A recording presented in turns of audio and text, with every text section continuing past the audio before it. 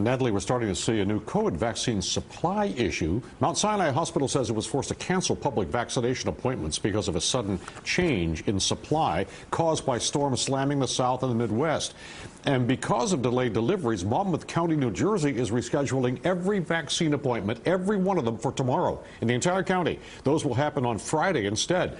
We reached out to the state health departments for the tri-state area. New Jersey acknowledges shipment delays. Connecticut says it's in good shape for the first dose shipments this week because those shipments got out before the storms.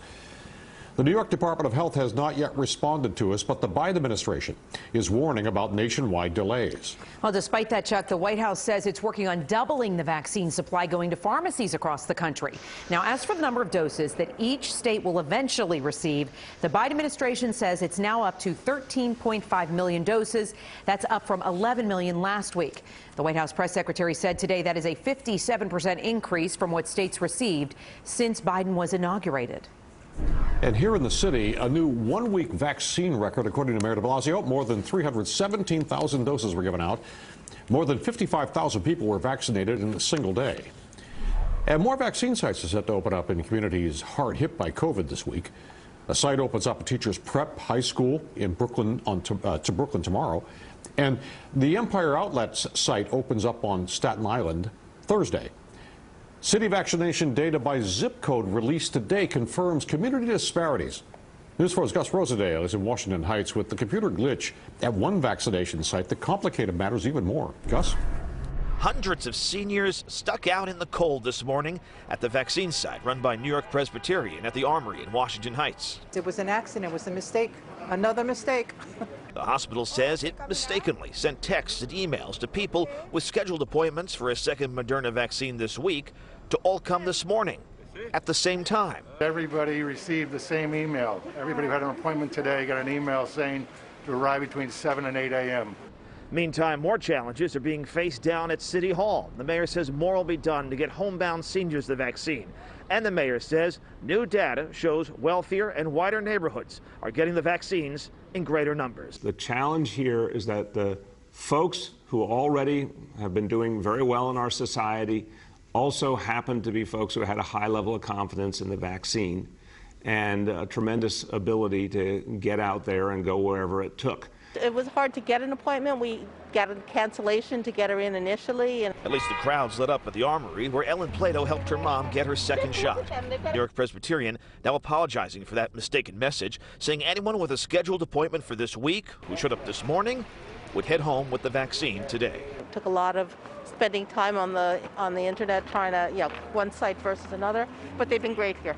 In Washington Heights, Gus Rosendale, News 4 New York. Ned Lamont is the first governor in the tri-state area to receive the COVID vaccine. Lamont got his first dose of the Pfizer vaccine today at a clinic at the First Cathedral Church in Bloomfield, Connecticut. He is 67 years old, and he says he wanted to set an example proving the vaccine is safe. The Connecticut governor became eligible for the vaccine last week when the state started offering it to anybody 65 and older. Well, Chuck, since the holiday surge, COVID infections dipped across the tri-state and they keep dropping. But among children, there appears to be a rise in a rare disease among kids called multisystem inflammatory syndrome, or MIS-C. It's something News 4 I-Team's Melissa Russo was the first to report last year. News 4's Chris Glorioso follows up in Newark with the latest. For my doctors, thank you so much for protecting me and caring for me while I was sick. 12-year-old Alana Arrington knows she is lucky to be alive and healthy with her mother. Last May, doctors at Hackensack University Medical Center battled to tamp down Alana's immune system. It was suffering a catastrophic overreaction. Then she ended up having to be intubated, so that was even worse. Alana is one of about 2,000 children in the U.S. who've been diagnosed with MIS-C, multi-system inflammatory syndrome in children, the extremely rare illness brought on by exposure to coronavirus. There have only been 30 deaths nationwide, but tri-state doctors are seeing an uptick in cases, likely because the onset of MIS-C tends to lag spikes in COVID. Nationally, they're seeing a spike of cases of multisystem inflammatory syndrome in children. The good news is doctors are learning to treat MIS-C using blood infusions, steroids, and biologics to reduce inflammation. So a lot of the anti-inflammatory drugs that are used for things like lupus or anti-inflammatory diseases, autoimmune diseases, we know work in MIS-C. Despite the therapeutic success, there are still loads of unknowns, including whether kids who come down with MIS-C can flare up again. Is there any evidence that this will have long-lasting effects for children as they become young adults? So whether or not children will have long-term effects from MIS-C remains to be seen, since this is a new illness. There are a lot of unanswered questions, but researchers are making progress. For example, they have determined that most kids with MIS-C have exposure to higher viral loads.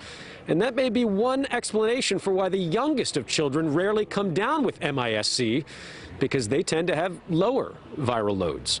Reporting from Newark, Chris Glorioso, News 4, New York.